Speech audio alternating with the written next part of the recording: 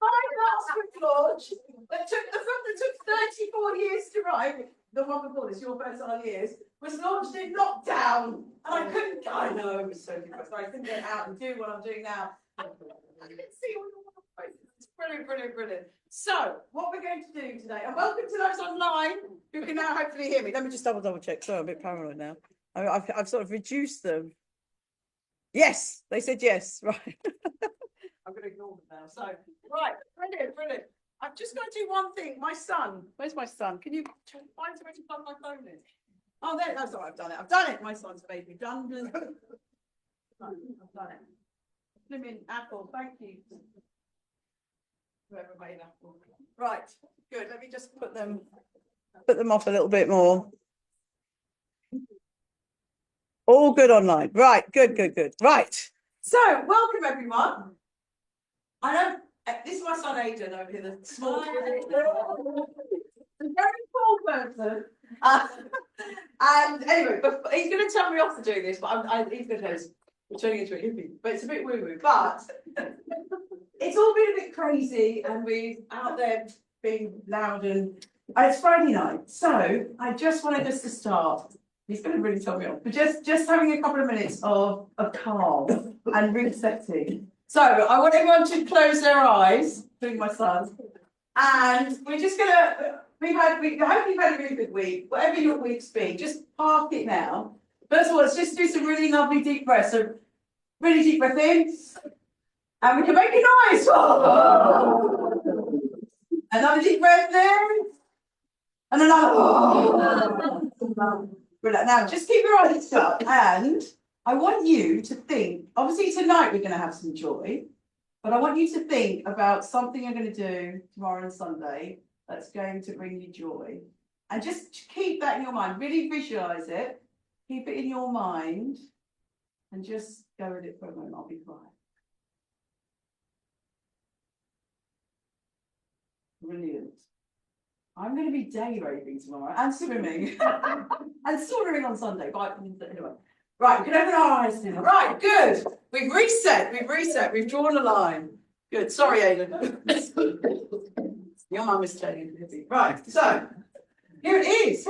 Right, there's lots of people to thank and lots of things to do. So my first ever podcast that I did, I can't believe I'm in the 4th year doing my podcast, but my first podcast, I always ask everyone their advice to their younger self. And the advice I gave myself, the first one of every year is with me, just talking about what I've been doing. And the first one I said, I need to be more still. And it's not been. How's that going? Yeah, how's it going? Obviously it's a work in progress. It's not covering. So that's why I just wanted us to be still at the beginning, and I think we all know it's something about being joyful and really taking it on board. So this weekend only, let me just get this marketing thing out of the way. Right, we're playing the Amazon algorithm. So the 99p Kindle version, if you haven't got a Kindle, if everyone could just over the weekend pay the 99p, then I should be. Actually, this is really funny. So the person who's been helping with the book has put it in different sections, and it's playing the game of which section. And at the moment, it's in something like impotence. And something else, I can't remember what the other word was. I thought that was really funny. Anyway, it might be male, could do male sex anyway, but I thought it was quite funny. Anyway, first of all, I really must thank the Institute for Women's Health. So this is our final event of our International Women's Day events, and we run events every year. I don't know, Judith Stevenson's not here. I haven't seen her. So Judith Stevenson's one of the other professors in my department, and she started running Institute for Women's Health events for International Women's Day every year. And then I took over quite a few years ago. And we've had a really brilliant team who have helped, and some of them can't be here. So one of the most amazing people is someone called Sarah Mayhew, who some of you know. She's the most efficient person I've ever met. She's having a spa weekend, which is a thumbs up for me. But without her and Holly Palmer, they have really been brilliant. They've really helped me organise tonight. And they're both busy, so none of them can be here. But really big thanks to them. And then a really big thanks to this person on the left in this photo is Professor Anna David, who's our Institute Director, who's also sent her apologies for this evening, and Alex as well. She's another person that's really helped us with all these International Women's Day events. And they all We're fully booked this year. And I've done, if you've been following me on social media, you know I've done lots of crazy things in the last couple of weeks. So many events about women's health, and they've all been absolutely full. It should be amazing, but it's certainly on the agenda. Now, this person in next to me is Niga Arif, and Niga is a really good friend of mine. We've done many events and things together. It's her book launch last week that I went to, and she opened our International Women's Day events by giving a talk about the history of the pill. And we titled it Liberation, and that was obviously play on words because it's a little bit of anyway. She went into all the sort of and she talked about male contraception, and I said I think my 3 sons should have some male contraception because I don't want to be grandmother yet, do I? No. Anyway, I do talk about being not wanting to be grandmother. But Nick also wrote the foreword of my book. So yeah, thanks. Yeah, the last actually I wasn't going to read the last slide, but let me read the last line of what she said. So anyone that's done a PhD will appreciate this. Yes, Stella knows about PhD. But let me find the last line. If you know, she's a little bit controversial, and she says things, and she says, think of it as sitting down with a group of brilliant, unfiltered women who have gone ahead, taken notes, and they're now passing them back with a wink, a fan, HRT, vaginal estrogen, a vibrator, plenty of lubricant, and a strong cup of tea or something stronger in hand. So that's the wonderful Niga. She's brilliant. So I'm so pleased that she's done that. So next slide. The big thank you is to the 50 women who I interviewed. It was such a pleasure and an honour to interview these women, and you're going to learn they work from all around the world in all walks of life. You're going to meet some in the panel today, but there's some others in the audience. Sylvia, who am I going to be? Sylvia, Jackie, where's Rachel? Rachel's there, she's always in red. Petra somewhere. Oh, Petra's here, and Stella, and Shelley, and Kate. Who have I missed? Have I missed anybody? No, I think that's everybody. So that's some of the women here. They were really brilliant, and as you'll hear, they're sharing their wisdom with me was just fantastic, and now I'm sharing it with you. So I've got to do a really big thank to Wendy York. This is Wendy York. Wendy York has been my book agent, my literary agent for years. She helped me with my last book, and then we became really good friends. And she's one of the women I interviewed for the book. And I'd done all the interviews and then thought, what do I do now? What do I do now with all this information? And Wendy, as you'll see, lives in France. She runs a retreat, and she does a writer's retreat every year. And I went to the writer's retreat, and I met other authors who were all stages of writing, and it really unblocked and figured out how I wanted to progress with the book. And Wendy is really sad that she's not here tonight, but she sent a message. Let's check this tech works. It should work. We tested it.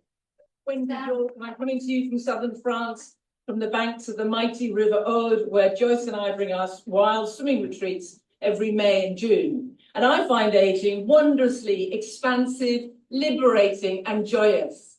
And I wish you a wonderful book launch, Joyce, and I so wish that I could be with you. Lots of love, everybody. Bye.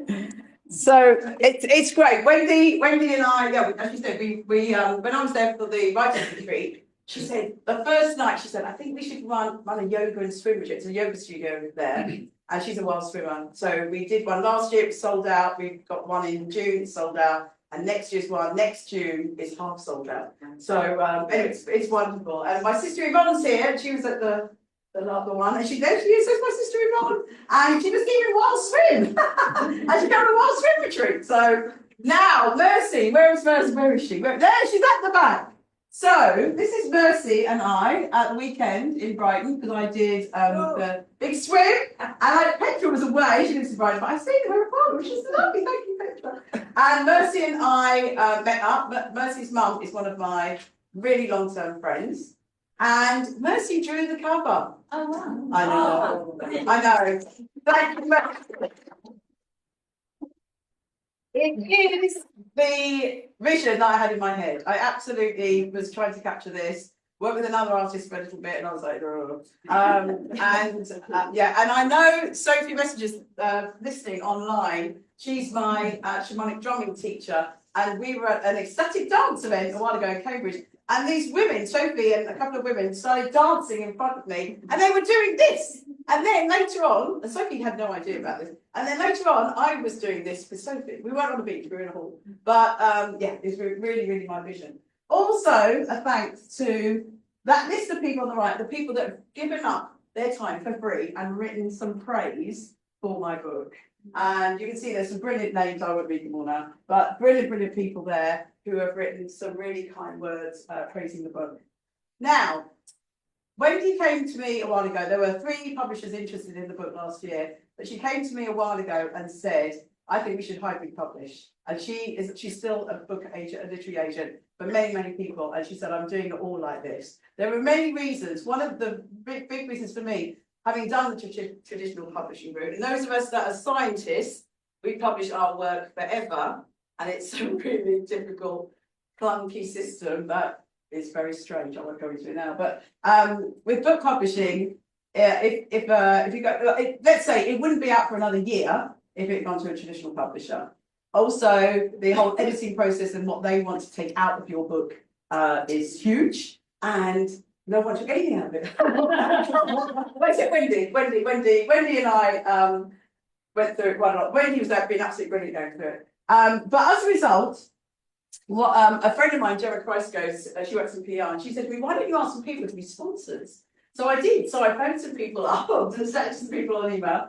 And I just want to thank the sponsors here. So we've got Almond Blossom's Fertility and Wellbeing Centre in Dubai. And I just wanted to send a big love to them all. I'm doing work with them. I'm supposed to be going out in May. Just got back from there just before everything happened. So I just hope they're all okay and that everything works out for them and that we get back to normal. And also the team at the ISIS clinic in Cyprus. I also am doing some work with them around especially menopause and fertility education and support. And then we've got MV Health here. We did some work a while ago on orgasms. Yes. Sorry, agent. He's always horrified every time I do anything to do masturbation and orgasm. Sorry. He has been slightly bullied by his friends for something like that. Yeah. Sorry. Anyway, every help really to be sponsored by you and all about orgasms for sure. And where's Emma? No, oh, there's Emma. Emma and I do a lot of crazy things. Almost every day I see Emma, because Emma and Jane and Nick and I do our fitness classes together. And this morning we have done body pump, and we're having a little bit of competition, who's putting the 5 kilos on and 6 kilos. And then we did body balance this morning. So we get sweaty all the time, yeah. Then we've got Zend, and Emma and her family were also one of the sponsors. And Alpesh, where is Alpesh? I've saved Alpesh till last. Okay. Alpesh helped make Aidan. So Alpesh was the first babysitter for Aidan. He looked after Aidan when he was an embryo. But Alpesh also helped put Aidan into my room. And seeing Alpesh at that end of my body was something that stayed with me a long time. So Alpesh, he's one of my work husbands. Absolutely brilliant. Right. Enough fun. Right. So these stickers I've got in this book are like, look. Right, I'm going to read. Lots of people have already asked me, why did you write the book? How did you write the book? Blah, blah. So I'm going to read to you. Right, drink. It's not wine, it will be wine later. So I'm going to read the prologue. I'm going to be part of the prologue. A gift from me to you. Embrace your health and happiness beyond 50. This book is a gift to women around the world. My intention is for every woman beyond 50 to live her best life and for it to truly become the most fulfilling and joyful time. We can do it. Writing this book and listening to these women changed my life, and I hope it changes yours.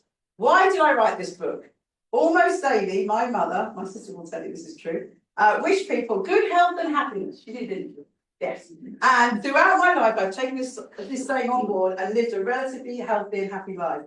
But at 50, having gone through the menopause, I became a single parent of 3 boys under 10. Oh, the other 2 are at uni. One's in the US and one's in York, so they've got, excuse me. And I felt it was time to take my mother's saying to another level so I could live my best life ever. I knew I was running out of time. So I think some of you know that my next book, something that really came out of here, is about dying. And I want it to be really positive. I want to talk about grieving. I want to talk about women that try to kill themselves. I want to interview. I won't go into it. Partner. I am now a 62. I'm actually 63 now, but 62-year-old woman feeling the need to write about the power of postmenopausal life, because few people talk about the wonders of our second spring. Ta-da! Second spring. We'll hear about it in a minute. To give you the permission and motivation to achieve good health and happiness, this is the first book to share so many stories about aging. Who is this book for? Everyone in this room, really. It is for women who are struggling at any age. I've especially seen issues for mothers when their children leave the nest, and at retirement for those who have worked. Life is a journey, and we all face challenges, particularly through divorce, grief, perimenopause, and ill health. I genuinely believe that it's never too late to find joy and transform our lives by reconnecting with self-care and self-love. It is not selfish. I do say that quite a few times. I think I say it about 4 times, but I think that's a really important saying. The most common response I hear from women is they don't have the time. I've had a lot of response to that in the last few weeks. They don't have the time to look after themselves. If you are in your 50s, 60s, 70s, or 80s when you're reading this, you are nearer the end of your life than the beginning. We cannot wait any longer. If you want to live your last decades as a healthy and happy woman, now is the time. Through the honesty and wisdom of the stories in this book, I hope you will find inspiration to reconnect with your authentic self. But let's not do this alone. I believe women supporting women is incredibly powerful, and as I've grown older, the women in my life have become more important to me than ever before. Let's find our tribe and flourish. So I'm going to jump forward now. Oh yes, how did I select the 50 women? I've had some friends say to me, why did you interview me? I didn't really want to interview close friends at all. I did interview a couple of friends, but initially I chose a handful of women who I knew were joyful, and I used a method called snowballing, where I asked each woman for suggestions of other people to interview. So of the final 50 women, there are 5 who are long-term friends, 16 are acquaintances, most of which I've only met a few times, and the others were totally unknown to me before the interviews. So you've already met who they are. We need to see role models who are flourishing. These are the women in this book. So the rest of the prologue goes on about all the different sections of the book, but I'm not going to talk too much on that. I'm going to jump forward now to the introduction. So if you know me, you know that sleeping is my superpower. I've been waking up a lot in the middle of the night. And one of the things I woke up a lot about was the title of the introduction. Let me read a quote first. Tanya D said, "It's finally my time. It's all about me now. My family are still the most important thing to me in my life. You know that. But for the first time, I'm thinking about what I want to do." Okay, chapter 1 is called, sorry if I've offended anyone, we don't give a fuck anymore. Sorry. The stories of wise women. But is it true? Yes. Yes, thank you. Right. I'm going to talk about that in a minute. Right. But many women, they have actually said that word, and I kept saying to Wendy, Wendy never hardly swears, and I said, I need to take that word out. And then she said, why do you need to take that? And then, anyway, I can see some people saying, no, don't take the word out. And I've asked many women, and I know some women are going to be a bit offended, but anyway, it's in there now. I did have sleepless nights. I woke up the night saying, I should have done it, should have taken it out. So, we are aging from the minute we are born until the day we die. We should embrace aging at every stage of our lives as a new adventure with new challenges. But society has a negative view about aging. Look at the anti-aging industry. Lots of the discussions I've done in the last 2 weeks have been about these sorts of things. What's that guy? Was it Brian Johnson? What's the crazy guy? I do mention him here now. Brian Johnson. But it's Brian Johnson, yeah, thank you. Someone I'm doing a project in the US in a couple of weeks, and this guy said to me, have you ever met him? I said, no. He said, I've met him. He said, he looks really good for a 60-year-old. He's not 60. And he said, close up, he said, it's a bit worrying, but anyway. So I just wanted to read, there's a bit more there, but I just wanted to read a poem by Donna Ashworth. And Donna and I met last year at the Big Retreat Festival. And she's a really beautiful person, and she's written lots of books about joy. She talks a lot about joy. But she's written one poem that she let me put in the book called The Concept of Age. Anti-aging as a concept is like trying to rewind the sunset every morning. It cannot be done. You are aging every minute of every day. There is no way to reverse that. It is the fundamental journey of life. Why not get used to that now and start to enjoy the process instead of dreading it and fighting? Believe me, there is much beauty you are missing. The sunrise may be gone today, but the sunset is just as beautiful, if not more so. And so are you, so are you. We are, we really are. So I am going to set up over there, at the end, a video camera. You can either do it tonight or you can do it another night. I've done quite a few of these already. I keep jumping on people who've got my book saying, do the video, do the video. I want you to just say who you are, so press record, say who you are, and then tell me what you think about aging. So whatever age you are, whatever gender you are, and whether it's positive or negative, I just want to capture what people think about it and give them a chance to say what they think about aging. And the panel, I'm going to ask the panel what they think about aging. And it was the first question I asked everybody. Right, the next chapter after the intro goes on to some of the ups and downs that the women had. And this is slightly, I'm jumping around a bit because I wanted to make it sort of fit together. But Tara, you're going to read about Tara. I don't think Jessica's here. Jessica's wonderful friend Tara, who has had a tough time. She had a really tough time. And she's very open about it. She's just written a book about it. And she's just got a PhD as well, another one of the PhDs. And I just thought this summarises the ups and downs that the women talked about. Tara said, I have had to heal myself to be in a place where I could be happy and let myself experience happiness. Learning to hold my wounds gently and to acknowledge them as a part of me. Those wounds form part of this big tapestry. There are dark bits, but because there are dark bits, it makes the light bits and the colours brighter. I think it gives me more depth and enables me to engage more richly with life and to see the colours more richly. And I think that is a deep sense of happiness on a different level. It is a kind of enduring sense of a little flame or fire inside me that when everything is terrible, that flame is still there somewhere. It might be flickering, it might get a bit dull, but I know it is there and I can find it more often. So that's the next bit out of it. I'm just going to get it away, but I just think that's really beautiful. Oh, it's very nice to get rid of this. Oh, right, page 57, page 57. Right, so let's move on. Let's talk about happiness. So, right, Jo Mosley is a wonderful human being. Some of us know her. I was with her last week. We were doing the big swim together in Brighton, and several of my friends in Brighton weren't there or busy doing this. Joanne as well, and Petra and other people. But Jo has got some really wise words. She said, when you have been so sad and then you find joy, you just don't want to ever let it go. I think that's a lovely quote. So, just a little bit about happiness. Happiness is a complex, multifaceted state that encompasses feelings of joy, contentment, and fulfillment. While it includes experiencing positive emotions, true happiness is also deeply tied to a sense of meaning and purpose in life. Its nature and causes have been explored across various disciplines, including psychology, philosophy, and neuroscience, each offering unique insights into what happiness means and how it can be achieved. Happiness is arguably the most essential aspect of our lives, certainly as equal as looking after our physical and mental health. My sister will agree to this. I didn't like my name when I was young. I just told some people I was Jo for a while. I didn't like that name. Anyway, but my mother said I brought her joy, even though it was a mistake. Anyway, and now the word joy is so important to me as it is to so many others. And Donna has a brilliant book called Joy Chose You, which is really great. Over the years, I have asked hundreds of people what makes them happy and where is their happy place, including all the best guests on my podcast and the 50 women I interviewed for this book.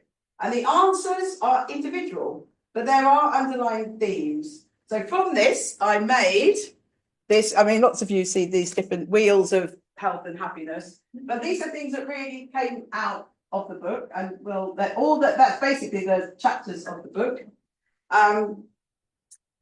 So many of us do not give ourselves the time, space, or permission to look after our happiness and self-care. I think self-care is non-negotiable. As I've said it again, it's not selfish. In this chapter, I want to explain what happiness is and the hormones of happiness, as well as answer the question, what makes people happy? Right, I've been talking for ages. I just want you now to spend a couple of minutes turn to the person next to you, and you can talk to Keith, and just tell them what makes you happy. Okay, so one of you do it for about a minute, and then one of you change around. So what makes you happy? You can do it three.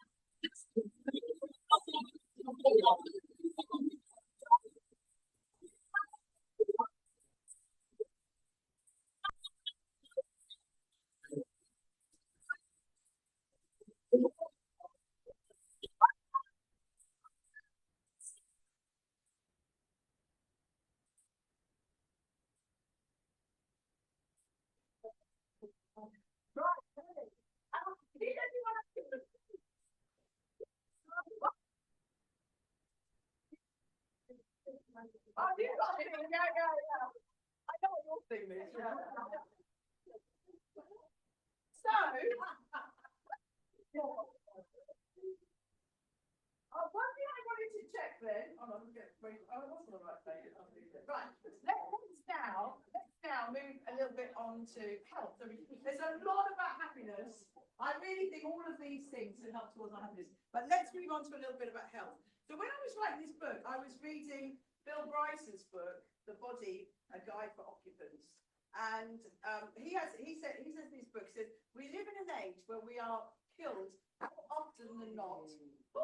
more often than not by lifestyle. And I've just been, a lot of the events I've done in the last few weeks have been about tech and about ways to help our lifestyles. And what I wanted to call the Institute for Women's Day events was back to basics. And when you start saying, we need to look after all of those things on the left side, everyone goes, oh yeah. There's no quick fix, okay? We can't take a magic pill, and there's loads of people now calling out about these supplements and things that are going on. But Bill Bryson said that while medical advances have extended life expectancy, the most powerful tools for health remain the simplest, including nourishing food, regular movement, quality sleep, mental well-being, and social connection. Yep, they're all on there. He explains the scientific evidence and illustrates how modern lifestyles often work against our biological needs with ultra-processed food. So I was so thankful to Chris Van Tunicum for giving support for this book. And I've done a bit of work with him over the years, and his brother. Actually, I've done more with Sam. But yeah, I think his book is brilliant. There's loads of things coming out now about how this affects so many aspects of our lives in a really negative way. But also sedentary habits and chronic stress undermining the body's ability to function. And Jo Mosley, another quote from her, she said, lots of companies promote quick fixes and there are a lot of products in the market. I think the standard advice is to move your body, eat nutritious food, drink water, look after your sleep, have healthy relationships and have purpose. But nobody can make any money out of that. It's totally true. Right, so I've asked this a few times this week, the last couple of weeks, in the events I've been to. Does anyone feel they really have time to do everything on there? Does anyone? I don't. I don't know. We don't. Rachel does. Oh, Except sleep. Yes, sleep, right? I've been rubbish the last one. Sleep still out. Yeah, we all probably should sleep. But I was in a conference the other day. What?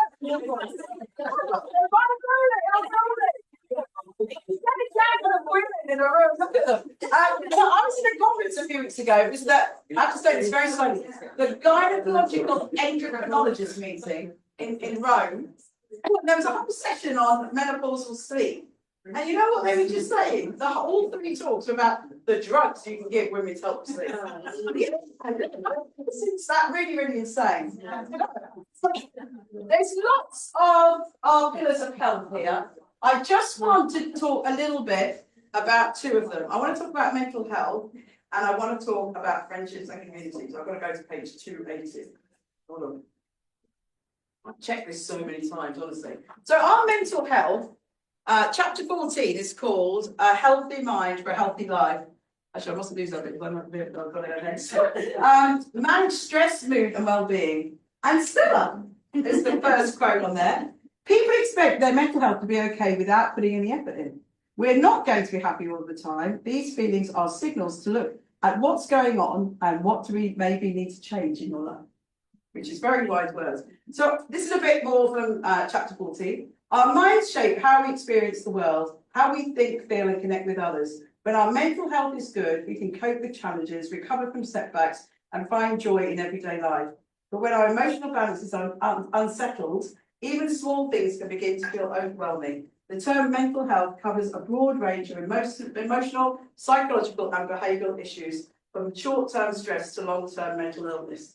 And I think in today's society, it's so easy to become stressed by all of the crazy way that we're living our lives. I think we've really got to pay some attention to it. Right, I've got to go to page 112.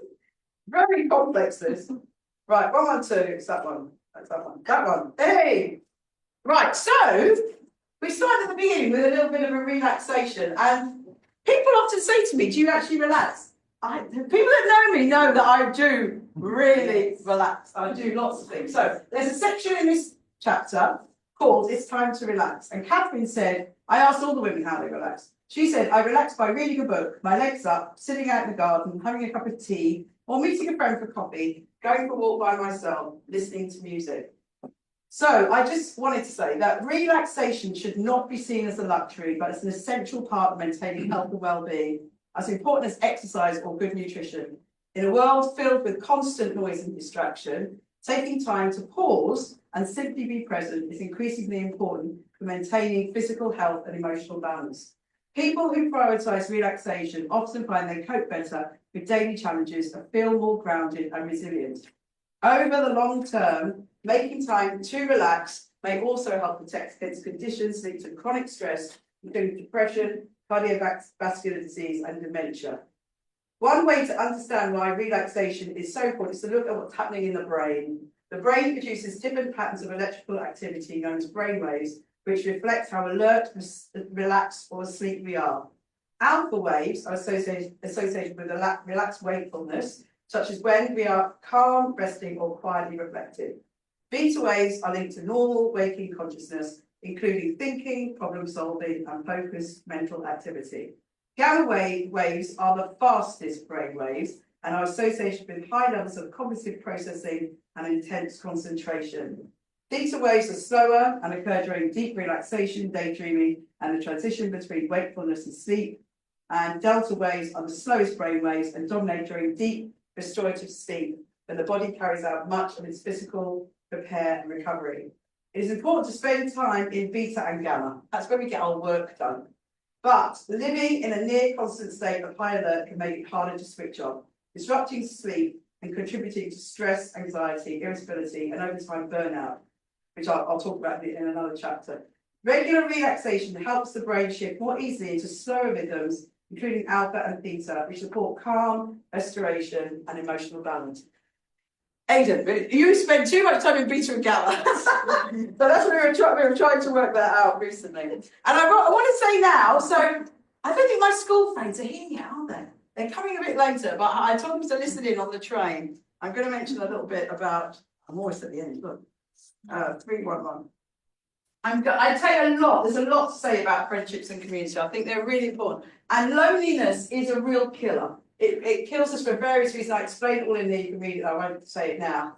But I wanted to say something about finding our tribe. And I don't think it's ever too late. So people have told me, they say, oh, I haven't really got those really good girlfriends and I'm struggling. One thing I say is contact some people that you used to know that you might have lost track with and reconnect with them. Mercy's mum, I haven't seen her for years, and we're just like we were yesterday. And another friend, when I was in Brighton on Friday night, I caught up with a uni friend that had literally, we reckon it's 40 years since we've seen each other. And it was just fantastic. We are going to see a lot more of each other now. So it's really good to reconnect with people. It's never too late. No one should feel lonely, but we have to make an effort, no quick fix. So this is about finding your tribe. There's a lot more, but I'm just going to do a little bit. The importance of women's circles lies in their ability to provide emotional healing, reduce feelings of isolation, and offer strength in times of need. Research shows that social connections improve mental health, reduce stress, and boost physical well-being. In women's circles, participants gain wisdom from shared stories and experiences, empowering one another to grow, reclaim their voices, and navigate life's challenges. In an era where women feel overwhelmed by the pressures of modern life, women's circles offer a return to community, belonging, and shared human experience. Whether through sacred rituals, collective activism, or simply shared emotional support, these gatherings remain timeless pillars of female empowerment, resilience, and sisterhood. I've always been a huge fan of women's circles and women's spaces. When groups of women come together, they foster deep connections and have the psychological benefits of being part of the group, belonging, sharing a shared identity, collective support. And I think that post-menopause, this has become more important than ever. In 2012, I set up a website called Global Women Connected, where we wrote blogs about various women's health issues, but we never got any funding for that, so we never continued. And I love running my monthly women's group, the Purple Tent, in my town. I'd say more about that earlier, so I'll just a little bit here.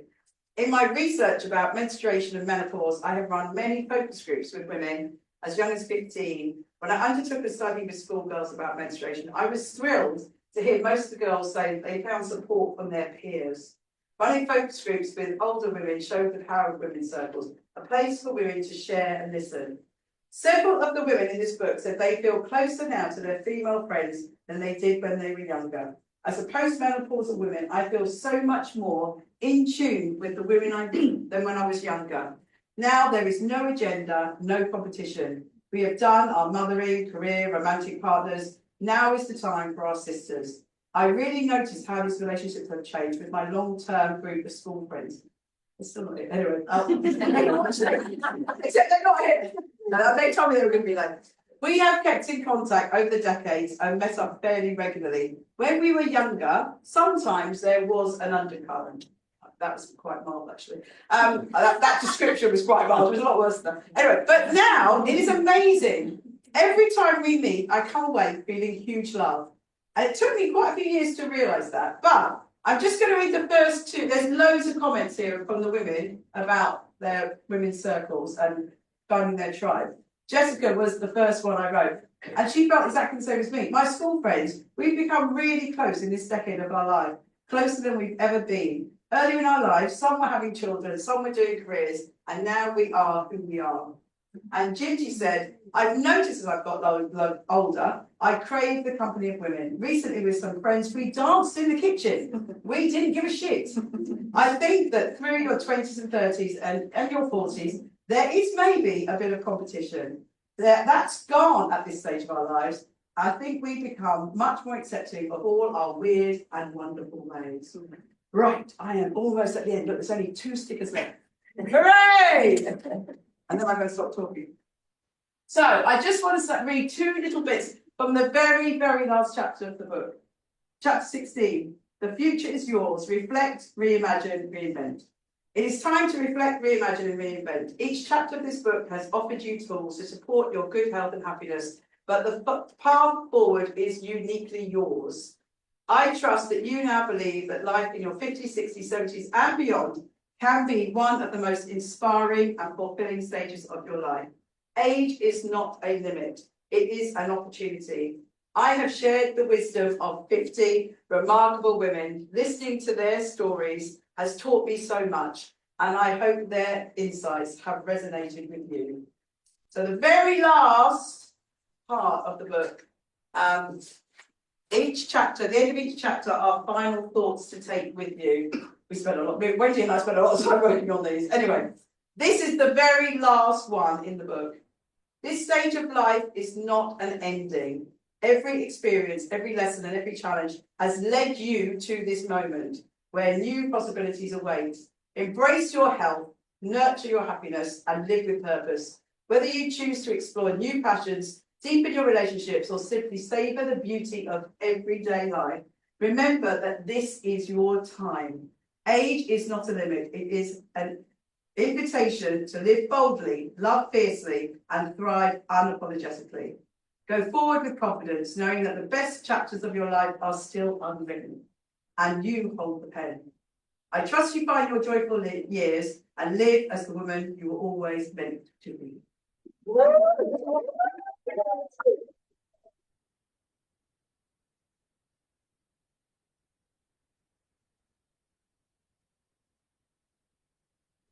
So much. The last few weeks I don't want to talk anymore. Right, but I want my wonderful panel. I wanted to get all of the women.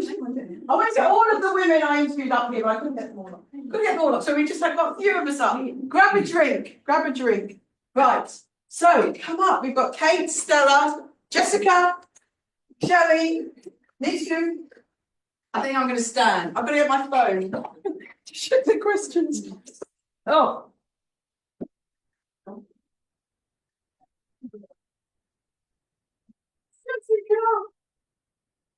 So we're going to start. We're going to start by.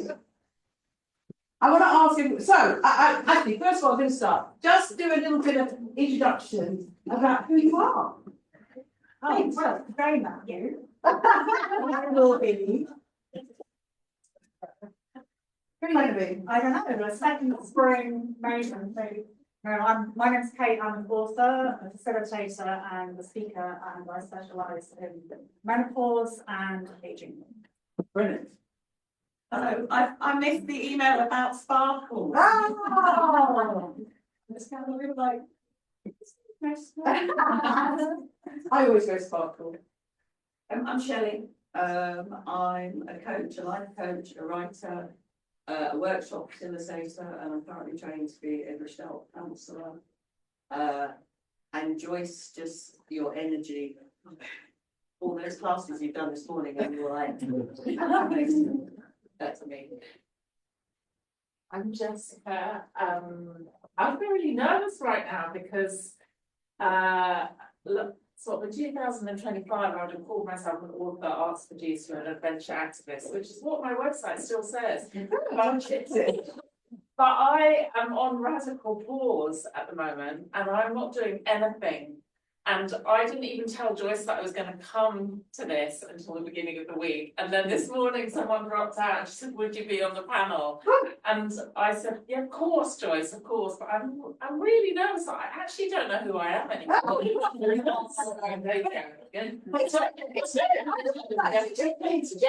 Yeah, and I'm Stella. I'm a novelist and existential psychotherapist. And the reason Joyce kept pointing at me about PhD is because at 60, having not just been the first of my family to go to university, but the first of my family to finish secondary school, I got a doctorate, and my PhD is in the embodied experience of post-menopause, which is going to be my first non-fiction book that comes out next year. So I do now know who I am. I've definitely not known who I am a lot of the time. Me too. Thank you, Joyce, for inviting us and for the wonderful book. I am a joyful woman. Good. My name is Neeti Bajekal. I'm a orphan gynae consultant for lost count how many years, 40 years.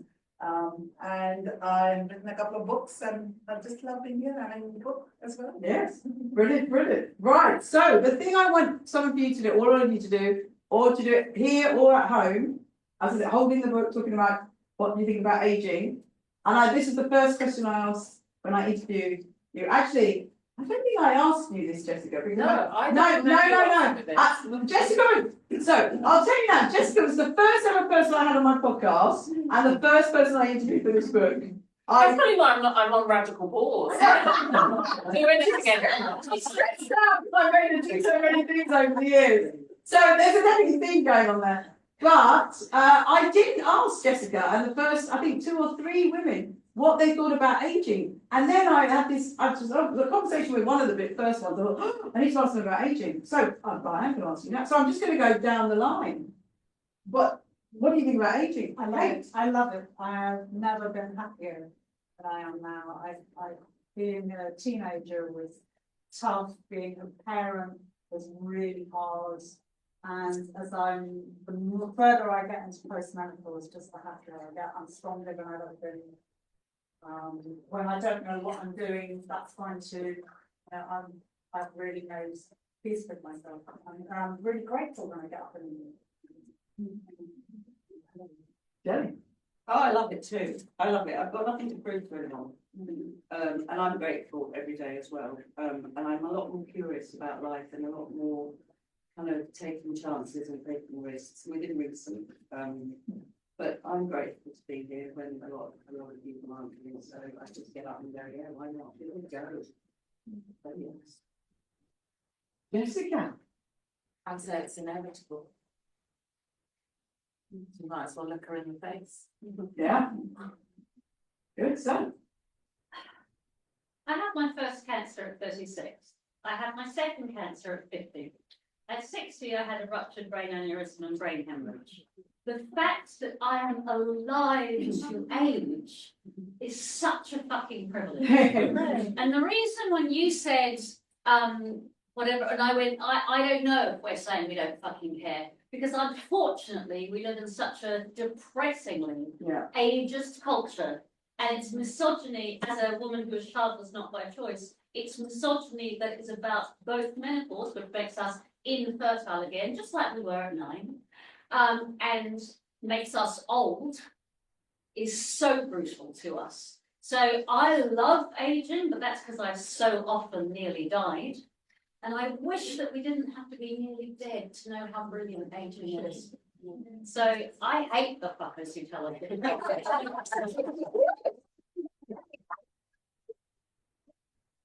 Sorry.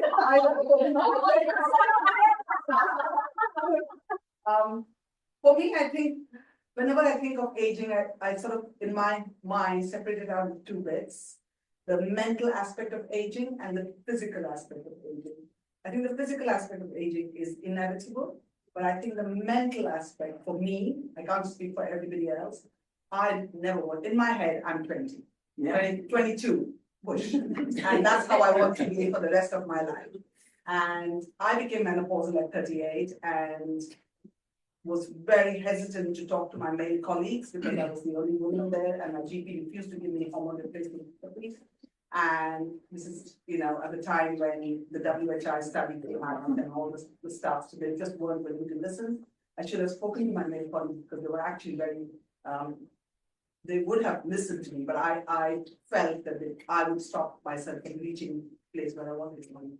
So aging for me, I think we often say, you become old, you stop playing because you got old, but actually, because you stop playing, you become old. And I just want to be that 22-year-old always.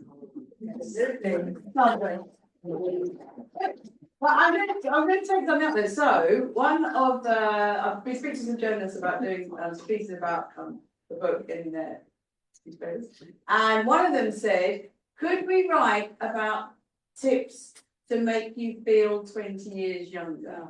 Yeah.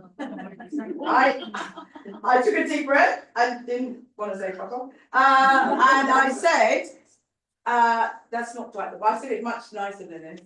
Anyway, that's not, but do we want to feel 20 years? No. No, we don't want to feel 20 years. Because 20 years ago, I think it's 23, okay? 20 years ago, I had 3 children under 3.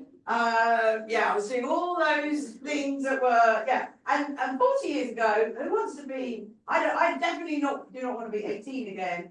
I don't want to be 25 again. Life's a journey. We've done those things. And yeah, so I think it's not about trying to roll back the clock and pretend we're 20 years younger. We just need to enjoy this journey and embrace it. So yeah, I did have. I can't be 20 years younger. I can't be 20 years. It's fine. Yeah. So You wasted my life. it is wasted. Right. We've got some specific questions. I'll start with this. I'll start the other end. So you've written a brilliant book, which a great title, "Finding Me in Menopause." Finding me. Anyway, it's very good. Very good. And I was lost. but what I loved about your book was it was one of the first I read that really takes into all the things I've been talking about, all the lifestyle parts. So can you tell us a bit more about what you wrote in that book? I wrote it because it was a book that I would have benefited from when I became menopausal at 38 and I had nowhere to turn, should have had hormone replacement therapy. But what I have tried to bring out in the book and speak to people is that while there's this big movement towards everybody getting hormonal therapy, we don't talk enough about the impact of lifestyle. Lifestyle starts from the time we're born to the day we die, and there are so many aspects. Not every pillar has to be adopted, but little changes, little steps that we can take, because a lot of women can't take HRT, a lot of women don't want to take HRT, a lot of women feel scared because of all the media, misinformation that's out there. But even if you are on medication, there's absolutely no reason why we shouldn't be prioritizing sleep, putting ourselves first, making sure that we are nourishing our body with good food, good friends, making sure that we look after our mind. I just feel that those aspects are not talked about by my medical profession, and it is my wish to bring both the medical side and the wellness side together, because there are so many aspects, and we should never forget the person in the middle, that is the patient or us. We can benefit from both. And I think doctors do a disservice by poo-pooing lifestyle and wellness people who the hormonal side. And I think it's important to try and realize that there is a meeting in the middle. Yes, I totally agree. No quick fix. No quick fix. Stella, you, we've heard now, you Yes. recently finished your PhD. Stella wins the prize for the longest interview. We had to do it in 2 stages.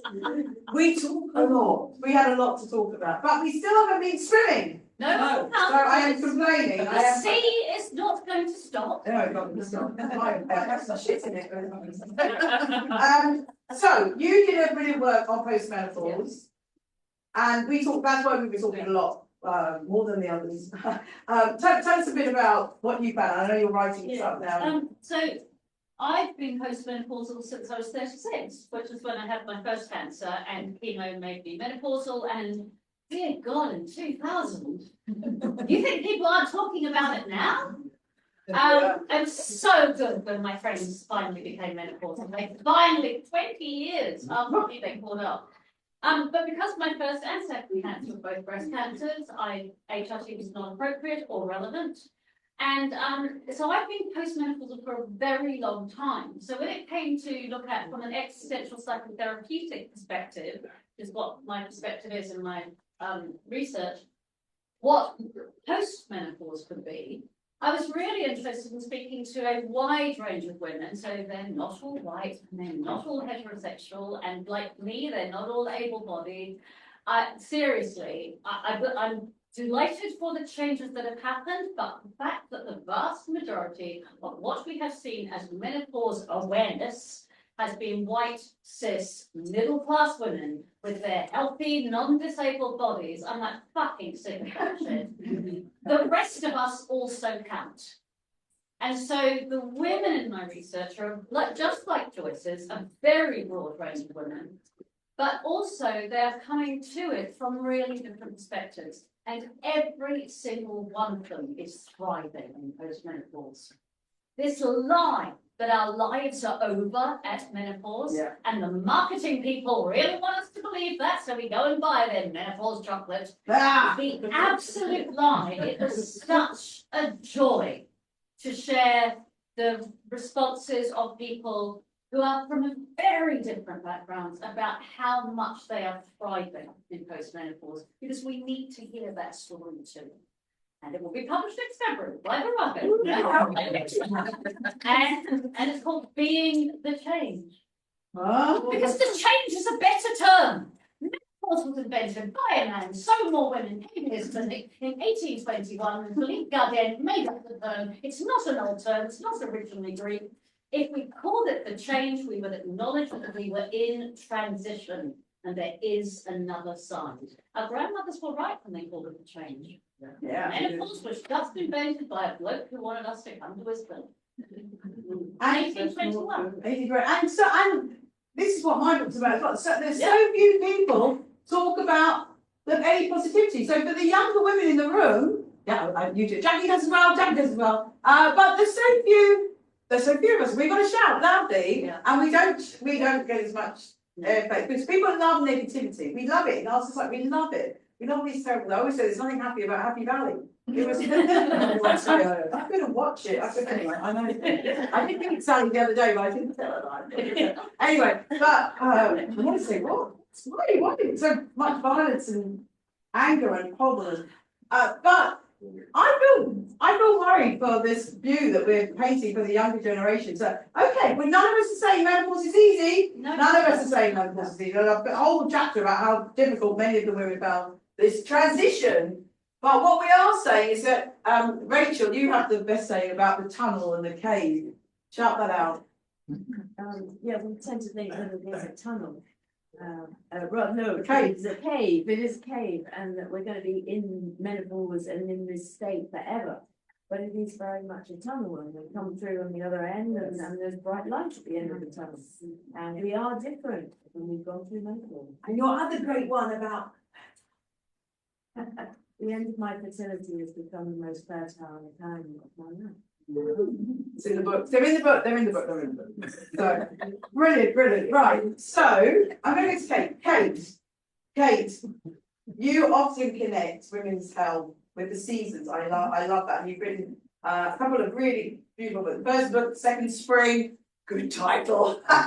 She grabbed it. Can you explain the And you can read it. Yeah. So it is, and there are lots of cultures. I have a slide with all the different words from different cultures, like Japanese is Skenenki, that was probably saying it wrong. And the Maori people have a brilliant word, but I'm not even going to try for that. They're all about celebrations of the wiser woman and the rebirth and all those. They're all there. And what do we do in Western society? Oh, you're going to have this dried up old crone. Guess what? We're not dried up old crones, okay?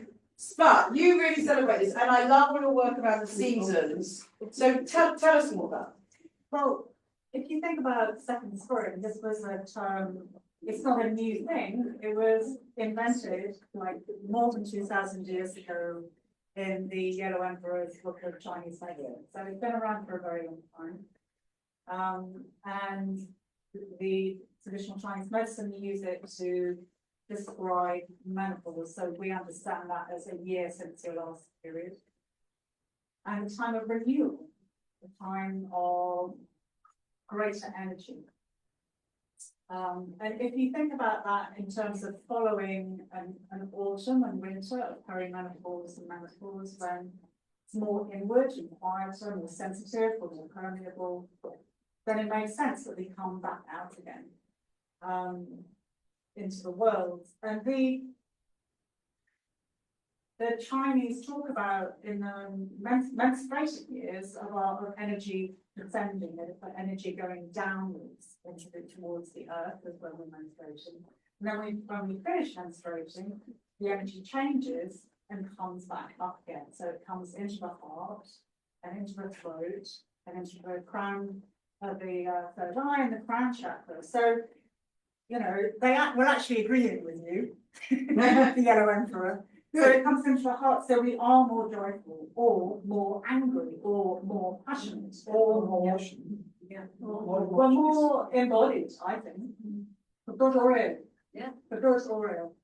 And we find our voice more clearly. And we have a greater connection with our spiritual life, and that might mean a churchy kind of thing, but really it means understanding that we're part of something bigger, we're part of the community. There's, you know, I'm sure you talk about grandmother theory and all that kind of stuff, and the importance of the community. So our energy changes direction, and in second spring, it takes a little time, as you know, it's from the storm of menopause, and it's all kind of exhausting, and everything's all going on, you're all in the process of change for some time, and then the storm lands, and you kind of, post-menopause, people are standing, you kind of take the market around yourself, you're like, what was that? Lie down. And, you know, at that point, people get a bit busy. Look, there can be a lot of anxiety at that point as well. I mean, sorry, perimenopause people, there is something else that happens. They can be very disorientating because you meet the colossal wall of ageism, like you saw that it really made me laugh. I read somewhere that 46 is the age of invisibility. Like, wait till 50. That's why we're all wearing sparkles today. What was I talking about? Yeah, so arriving can be, it can take a while, I think, that second spring part, but then there is a second summer. And I do feel that that's when we're more grounded, and that's when the energy really comes into our heart, and we really sit into our passion, we get more connected with our calling, whether that's to do with our work, or whether that's to do with enjoying the robins in your garden, or we're really engaged in the world in a different way, and a second autumn and a second winter at the end of life. So that's how I see the life season. And in terms of culture, cultures that are misogynistic, you know, I think the more misogynistic the culture, the more women suffer, the more shame there is around menstruation periods, the less education there is around periods, and there's a sort of like it's falling dominoes, there's a knock-on effect into menopause and into post-menopause. So what my hope is that for young people like my daughter's age, she's 20 now, and very comfortable with her menstruating life because I'm shoved it down the throat for you. You know about the season starting. Say it, you're saying sick of it. But she talks about it easily, and then when she comes into perimenopause and menopause, it'll just be something that she deals with. And I want to point out that, no, I mean, look, I talk to a lot of people in different countries about menopause, and they say, oh, we're behind you. You know, the amount of change we have seen, even in the last 6 years, is absolutely phenomenal. So people like Joyce, the menopause mandate, Carolyn Harris in Parliament, all these people, and all the people, all you lot, who are talking about periods, who are talking about menopause all the time, who are talking about ageism with your friends, with your mates, and banging on, we're all banging on all the time about it. It all makes a huge difference, and it all has a knock-on effect. Yeah, so the only cultures where menopause is positive are the First Nations people of New Zealand and Australia and North America. And that is because, like, no shit, older post-menopausal women are spiritually. In Maori, the word for old woman is kuia, queen. Or fire, WHAEA, which is an honorific for auntie, but in Pākehā English it sounds like fire. So an old woman who ever wanted to stand up and speak when everyone else would sit down and shut up because of the respect granted to elder women. Because all elder women are clear. Can we move that? I want to pick up something you said about you're hoping that your daughter will speak to you about perimenopause. A couple of the South Asian women yesterday said that they tried to speak to their mothers about perimenopause, and their mothers refused to talk to them. Has anyone, and you might not want to admit it, but has anyone tried to speak to their mother about menopause and they didn't talk to them, or they haven't had that conversation? Few people sort of nodding. My mother was great. Yeah, my mother was great. My mother told me about menopause when she told me about sex. Oh. But my mother was working class southeast London who had to work since she was 14. She didn't have the about the middle class crap about don't talk about those things. And I think there's a classist element to this too. Yeah. You mentioned the grandmother hypothesis, I mentioned it as well. So the grandmother hypothesis is that you probably know that there's only a few species of animals that go through menopause, but there isn't, it's not just whales, there's a growing number actually. I don't think people actually looked before. Anyway, they are looking and they're finding them, and then this is getting longer every time I look at it. Yeah, no shit, eh? It's amazing. But the grandmother hypothesis is that humans go through the menopause so that we will look after our grandchildren. And when I was writing the book, I thought, what? I'm sorry, but why can't women, men don't have to look after people when they're 60, why can't we just enjoy ourselves and be on this planet because we want to have a good time? And listen, I know many people who are grandparents who are loving being grandparents, well, Keith's over there, but and I know many women love being grandmothers. Oh, Amy, yeah. But we could just enjoy ourselves and just have joy in our lives. So, right, Joe, yes.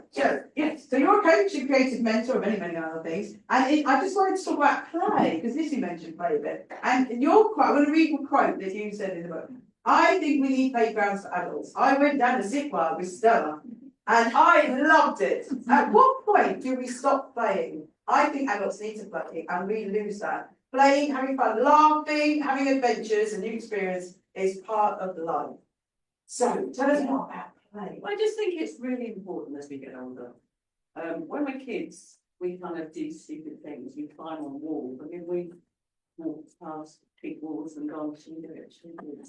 You know, and she's got 2 minutes and then we need something. She can't break them. Well, maybe But I think we come to a point where we stop playing. We kind of, I don't know when it happens. I don't know at what time in our life it happens, but how many of you here have noticed that when you were younger you were playful? You did things not competitively, because for me being playful is not at all competitive. There are quite a few nods going on. But I love playing. I think just being silly, just doing things for fun. I mean, we did go down to the wire, and I'm really scared of heights, but I did it anyway. I do things, I kind of take risks, not to put my life in danger, but we did a 5K tough mudder, which was running through mud in a car. Great fun. I managed to get 5 other women friends to do it, and they regretted it afterwards. But Stella did it, and at the end, you ran through foam. Was it foam? At the time, it was before both hips and knees. I wasn't going to do the big jump. But I thought, no, I'm really scared of heights. So what am I going to do? I'm going to climb up this really high ladder, and I'm going to jump off it and land on this really big, wide, hopefully soft thing mattress. And I stood there, and the person next to me goes, can I stand? And then I just went, well, what is the worst that could happen? And I jumped, and that moment of transition from jumping off, and it happened really quickly, and landing, it was absolutely fantastic. And so I think doing little playful things like that are really exciting. Yeah, well, terrifying. I wouldn't do it. It's like, you know. When I was a lot younger, I did a parachute jump. I was 26. I'm not scared of heights. I wouldn't do it. I parachute jumped at 22. I'm 66 and a half now. And I just thought, oh, I'll do a parachute jump. What, you know, and I didn't think about it. And I think there is a thing about getting older about it takes longer to recover. So I don't want to put any of my body in danger, because I know it's going to take me a lot longer to recover. And I'm quite fit. I go to the gym, I have a personal trainer, which I can never understand why anyone has a personal trainer. And then Stella is my wife, I should say. Stella bought me 6 gym sessions for my birthday last year. I was like, well, you're going to love Sean and you're going to be completely obsessed by it. And I'm now on my 5th lot of 6. Weight training, really, really important for us. But yesterday, so I'm doing a training to be a counsellor, and last night I am unfortunately the oldest in the group, and the youngest is 27 and I'm 66 and a half. and somebody, we were in a room like this, but there was a really loud buzz, and I said to the group, sounds like on an aeroplane. You know that noise, that hum and everything? And one of the women in the group said, oh, that reminds me of my 3 kids turning their chairs upside down, or not turning them upside down, but just playing around. I'm in a boat, I'm in a plane, they get their chairs and line them up, and they'd be in an aeroplane. And I said, is that an invitation? And I went, if you want to. So I went, okay, I need 2 other people, so 2 other members. This is group process. We got their pamphlets in order, and we were just sitting there on like chairs in the middle of the room. And then one of the other friends came along and started shaking all our chairs. That was painful. I mean, it was just like, and then I went around the room, and a couple of people said, I really wanted to join in, but I was too scared that I'd get it wrong. Or I wanted to be the pilot and go, landing. So I kind of think it's about spontaneity, it's about saying yes.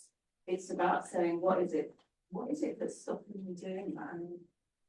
And just so if you see a low wall and you want to climb on it and you're able to climb on it and you're going, I don't want to do it, I might look stupid. Do it. Lastly, I did another thing when I work in recovery colleges with people who are in all stages of recovery as a writer. And I'd given them a lesson the week before. I said, come back next week, try something you've never tried before within reason. Do not put yourself in danger, but just give it a go, take a risk. I will do it as well. So, you know, something simple like bare feet on the grass, something as simple as that. And so I thought the thing that I really always wanted to do is go on a swing, because I haven't been on a swing for years.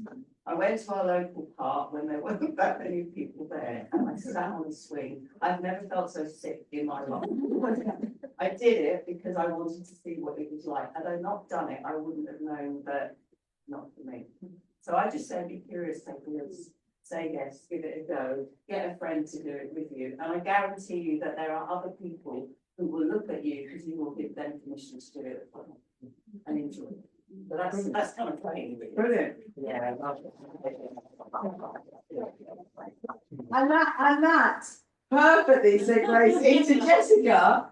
So Jessica has been a bit more extreme in her play. Because when I first met her, she was swimming the channel, trying to do it breaststroke. She did it, cool. And then she was like, oh, I need to do something else. Did you run the marathon next or climb Everest next?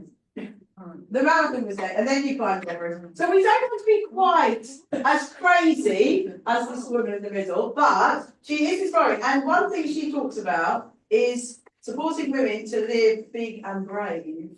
And she's doing retreats and doing all sorts of things now to try and help women do that. So it's going to be perfect for you. So it's a bit more. How do we need to be big and brave? I'd just like to say that I'm still nervous. Oh, No, truly, because actually, you know, my mantra is live big and brave, and it has been for a long while. And I did all these things that you just said. Yes, I did, and I did them in my 40s, and it came out of a lot of pain. 10 years of infertility, 11 rounds of unsuccessful IVF. And in fact, it's really interesting hearing all of you talk about the menopause, because I've been a bit like talk to the hand about the menopause, because I feel like I've had one massive gynecological issue that I've had to deal with in my life, and I don't want to think about any others. So I've just lived my life and have done all these amazing things which have helped and healed me extraordinarily. I did summit Everest age 51, which I do not recommend. anyone? You don't do it, Shelley. Yeah, and it's changed my life for the better. But you know, I'm on my biggest adventure right now, because you know, I am an adventurer, and I say that an adventure, and this does lead beautifully from what you said, Shelley, because it's for me. If I'm giving a public talk, I will tell you that it's doing something new, doing something that has effort for you, only you can answer that, and it's doing something where the outcome is unknown. And, you know, a year ago, when you showed up that wheel and when you interviewed me, I was doing everything on that wheel. Yeah. Absolutely everything. And I've actually stopped doing everything right now. I don't move every day anymore. I don't see people. I've actually really retreated. I don't talk and I am living my biggest, bravest life because I am on this adventure. Yeah. So I would say, and I have no idea what the outcome is. This may be the very last time I speak in public because, you know, like it has been 3 months where I've done nothing, and I do feel really terrified right now because I also just don't know what is ahead. But like, I just also really believe that whatever is ahead and whatever you do take an adventure, then you are living your fullest life. And we are, you know, I know it's a cliche, but we only have one life, right? This is it. And it's a terrible world, but it's also a wonderful world. So we might as well just live it. So that's what. And we should be frightened. We do not know what's coming. Yeah. I mean, seriously, Yeah. you know, we don't know. And be frightened. We're all the right age to regret, feel the fear and do it anyway, right? Except that, I don't know about you, but I just did it anyway. I didn't do feeling the fear. You're feeling the fear. It's really the right thing to do. Yeah. If we're feeling the fear. Yeah, if it's there, feel the fucking. Yeah, when you feel the fear, that's it. Yes. When you feel the fear, which is what I fear now, because I don't know what's ahead, then you know you're living. Yes. Then you know you're alive. Yeah. Absolutely. And thank you so much for because that is real. That is really real. And Well, you know me. Yeah, I know you. I don't know how to be anything else. And it's ups and downs. It's always going to be ups and downs. And we've got to do what's right for us. We've really got to do what's right for us. So we're almost at the end. I just wanted to ask everybody the final chapter of the book. I went through the answers to when I asked the women what advice would they give their younger self. And I've also asked everyone on my podcast that as well.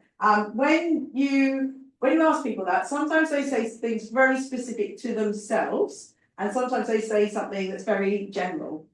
So I wanted to ask the panel now, there are some younger people here, just in a very general way, rather than specific to you today, what advice would you like to give the younger women who are coming up now, who are coming up now? Who wants to start? Anyone can start.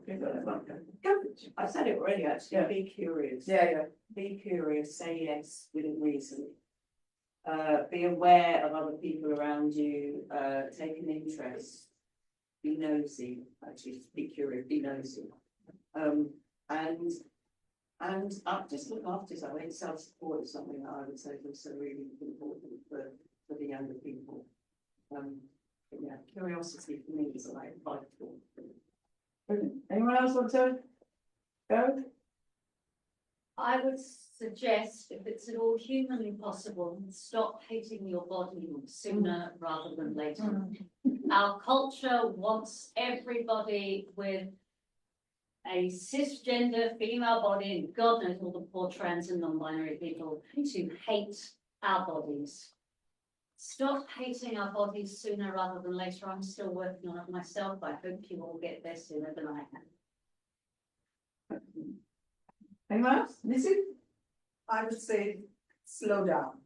Really slow down, and at every stage try and say I'm going to put myself first, not because I'm being selfish. If I put myself first, I'll actually have time for things around me and for people around me.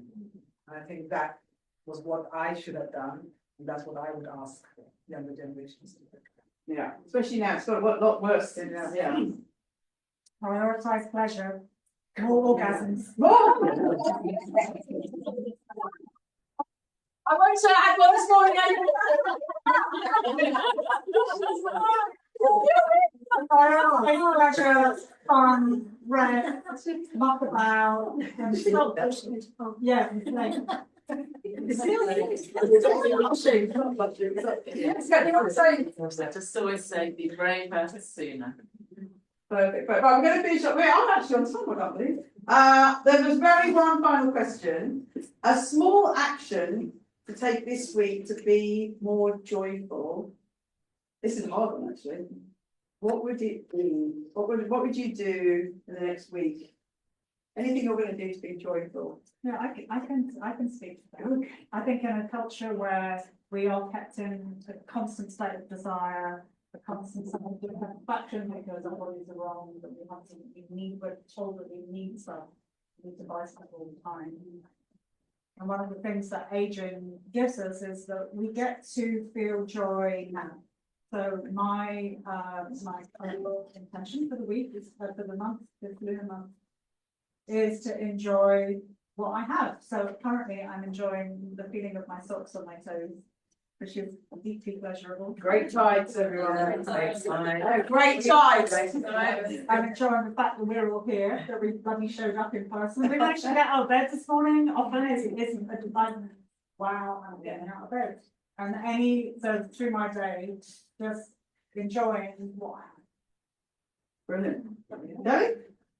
Back into the swimming pool. Cold water swimming. Well, it does it for me, and I did go during winter when it's 3 degrees in a London pool. And it's bloody cold, but it feels fantastic. So if you've ever wanted to do it and you're too afraid or too it is cold, you've got to tell him and that's enough. All my mates go. You tried it. I've tried to get them a cat. It's a day. He does big bloody water swimming. I'm going tomorrow morning. That's my thing. I'm going tomorrow morning. It's not. You said it's bloody cold. Can I correct you? It's not bloody cold. It's fucking cold. That got me a t-shirt which says it on it. So the other day, and it was cold, but honestly, I feel alive. You talked about being alive. I felt alive. I feel invigorated. It keeps me going for the whole day. So I would just say, try it.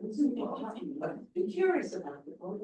So I was in Brighton doing it was the big swim. The big swim is 500 women in Brighton and 500 women in Poole that all go screaming and shouting into the water. It was wild. It was really, really wild. And I was a part. Before that we did a panel discussion about Meet the Author, and I was there. And they asked me how I started swimming. And I mentioned Jessica because I'd always wanted to any puddle of water in my life I'd always get in. But I'd been out with Jessica one December for lunch, and then the next day I went to a local. I had been asking. I'd been very curious about it, and I'd been asking because I knew where to go, but it was Jessica that gave me the push. And then I went the next day, and it was. Now you're a better swimmer than me. No, not better swimmer. It was about 5 degrees. What am I doing? Anyway, but then I became totally addicted to it. So yeah, I'm going in the morning. It's not about the swimming though, it's just about get in, drink it and get out. Yeah. Or have a freezing cold shower, that does it, yeah. I don't like cold showers. No, don't like cold I don't like cold showers. Jessica. I would say this weekend, put on your favourite music track that makes you happy and write a list to it of all the things that bring you joy. And then prioritise them. Swimming is not on my list. I do swim because the water is really, really important to me and it changed my life. But it doesn't make me happy eating and drinking. That's something I have. You did say, see on your sofa eating. Yeah, that's why I swim, that's why I walk, that's why I mentioned it on the show. I mentioned it a few times. Right, sorry, carry on. I have two suggestions. One is because I had the great privilege of going from a South London council estate at the age of 5 with my family to a very small town in Aotearoa, also known as New Zealand, where I then just played around in bare feet. Yeah. Bare feet on the grass, bare feet on the spring grass, if you can possibly find any. Your neighbours, the bit of lawn out there, your feet on the ground feeling the earth. make such a difference. And if you want to, while you're doing it, sing. It doesn't matter who's listening, it doesn't matter what's going on, but the thisness of going, oh! You don't have to be any good at it. But the grounding and the reaching up of singing while touching the earth is everything. Brilliant, brilliant. Yeah, good up, round. For me, I would say, if you can put your phone away this weekend. I actually read a book. I'm really so excited about the book. I'm encouraging. And I'm going to read your book for this one. And Lady Dan's Circle of Women is a Circle of Friends is what I'm reading right now, and fabulous. Makes you realize how wonderful we are living as women in this generation compared to 1469. Wow. You know? But yes, put your phones away. We get so easily distracted from our loved ones, distracted from ourselves. So I just think, want to be joyful, put your phone away. Brilliant, brilliant. And I'll pick up with that. Turn your notifications off. I get triggered by everyone's notifications that go on all the time. Yeah. I turned my notifications off years ago. Yeah. My sister stayed with me, her phone is, what about WhatsApp? It went on the thing, I was like, song. I was like, oh my God, I'm so triggered. So, yes. Turn your notifications. Do you know what? No one needs to contact you every minute of the day. And tell your loved ones, if they need to contact you urgently, let me phone you. Yeah. Yeah. On the phone, but not on the, I haven't got that, but yeah, don't do that. Right, we're going to finish before we get some dancing. Yay! Woo! Some and the best foods that we're going to make us happy, and we can sing, and we can eat and drink and be merry. Yeah, DJ Rosie. So this is DJ Rosie. I met DJ Rosie years ago. She does some events with Sarah called Disco Yoga. And some of us here have been to a festival called Wildwood Festival, and we do disco yoga at Wildwood Festival, and it makes us laugh. We are playing. Yeah, we're not going to do so. You can see here. There's pictures of me at Latitude and at the big Wildwood Festival doing it. I'm at the front. Always make my mates go do it. Really embarrassing. But I wanted to say the very last word. So years ago, I met someone called Miriam Akhtar. And Miriam Akhtar is a positive psychologist, and she calls me her twin. We walked into we were filming a comedy called Comedians Give Lectures, and we turned up and we looked at each other. And we were like, we really look similar. We're the same height. We look similar. She's a few years younger than me. We both had a red dress. And that could be embarrassing, but I bought a blue dress as well. So I changed and left her in the red dress. And we've become really good friends. And I did a positive psychology course a few years ago. And the thing I really took from it is, if you're struggling, every morning, before you jump out of bed, just lie there and think, what can I do today that is going to give me a little bit of joy? And it could be having a candlelit bath. Reading a book for 10 minutes, going for a walk in nature, running around the garden in bare feet. Naked, no, not naked. Yeah, naked. I mean, that's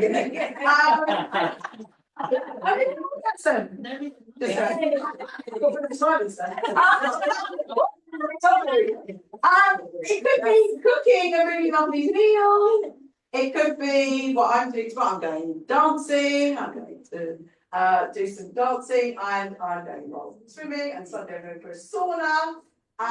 So what you want to do, not what anyone else wants you to do, just what you want to do. So if you're struggling, just think about that, something little that is going to bring you joy. And I started doing that, and there were definitely some days where I thought, ooh, actually I can't think of anything. And then I made sure I put something in it, so put it in. And I go back to what I said earlier about time.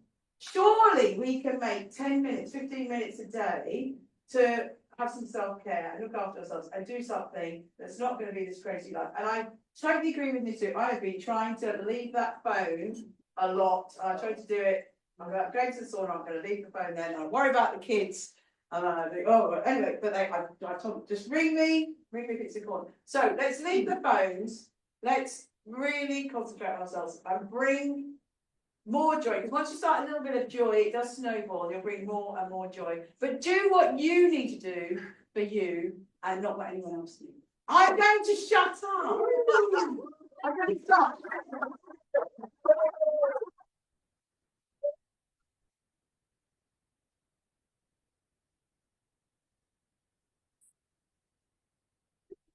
Okay, not have to talk too much. So, thank you so much. Right, do not leave yet. You've got to do a bit of dancing, okay? Even if you think, oh, I've got to go. No, right, dance to 2 tracks, okay? I want everyone out there to go. There's also some spaces around there. There's food, and thank you, Yvonne, for having the food and everyone else. And let's go.